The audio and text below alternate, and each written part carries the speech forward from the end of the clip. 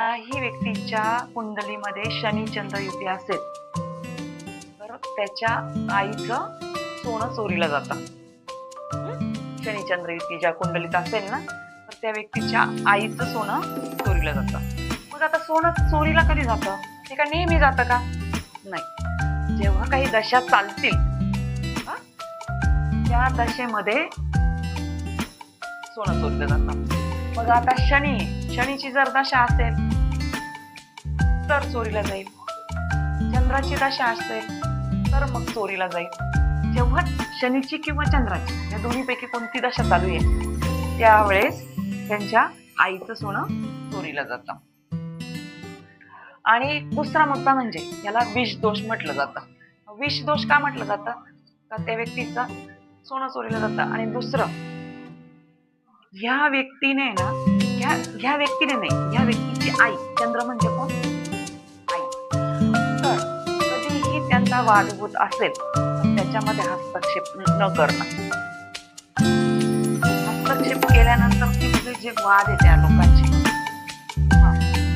ते अजून वाढतील, कमी होणार नाही. म्हणून ज्याही व्यक्तीच्या कुंडलीत शनी चंद्र दोष आहे त्याच्या आईने त्यांच्या भांडणामध्ये कधीच हस्तक्षेप करायचा नाही. आता जर एखाद्या लेडीजच्या कुंडलीमध्ये हा योग असेल तर तिच्या आईने हस्तक्षेप करायचा नाही. आणि कधी जर जेंट्सच्या कुंडलीत असेल तर त्याच्या आईने हस्तक्षेप करायचा नाही.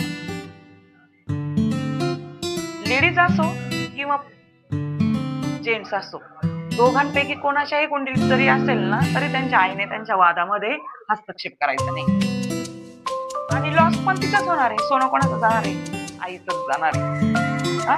म्हणजे सोनं पण जाणार कोणाचं? आईचं. आणि वाद पण कोणामुळे होणार? आईमुळे होणार. तर आईने ही दक्षता घ्यायची की आपल्या मुलांच्या संसारात लुडबुड करायची नाही. लुडबुड केल्यानंतर काय होईल? इतकंसं भांडण असेल ना तर इतकं होऊन जाईल. म्हणजे शिवण्याच्या ऐवजी ते काय होईल? फाडलं जाईल. म्हणून याला विष दोष म्हटलं जातं. विष दोष काही करून सॉल्व्ह होईल का? याला पर्यायी मार्ग काय? लुडबुड न करणं. साधा आणि सोपं आहे ना.